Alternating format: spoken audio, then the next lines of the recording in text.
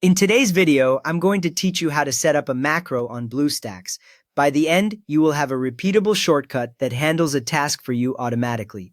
First, open BlueStacks 5. If it is already running, bring its window to the front so it is active.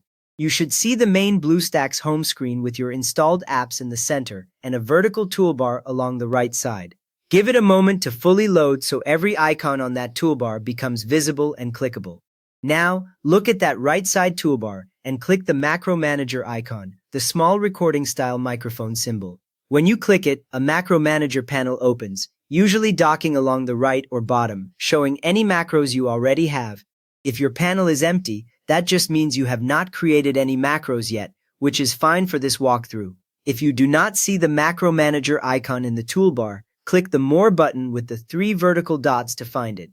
The toolbar then expands into a longer list, and you will see extra tools that were hidden before. Locate the same microphone-style icon there and click it once. A common beginner mistake is double-clicking here, which can close the panel again, so just use a single click. With Macro Manager open, click Record New Macro.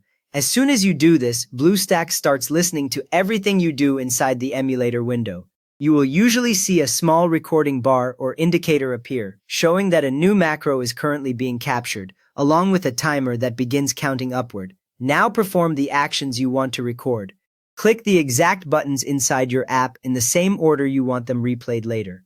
Type any keys you need, such as search terms, login shortcuts, or game commands, and move through menus just like you normally would.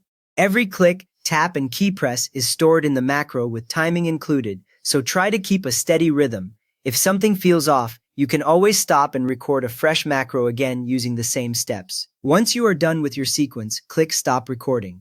Use the stop control on the small recording bar, not the main close button of the Macro Manager. When you stop, the recording indicator disappears and a new entry appears in the Macro Manager list, usually with a default name like Macro 1 or something similar, showing that your actions were captured. Next, name your macro. Click on the macro entry name and type a clear label that describes what it does, for example, daily login or auto farm. A descriptive name really helps later when you have several macros so you do not accidentally run the wrong one. Finally, click Save. This locks in your recorded steps and the name you chose, and the macro now remains in the Macro Manager list even if you close and reopen BlueStacks. You have now created and saved a working macro in BlueStacks 5 that can replay your actions anytime with a single click. If this helped you get your first macro running, please give the video a thumbs up and maybe subscribe for more BlueStacks tips.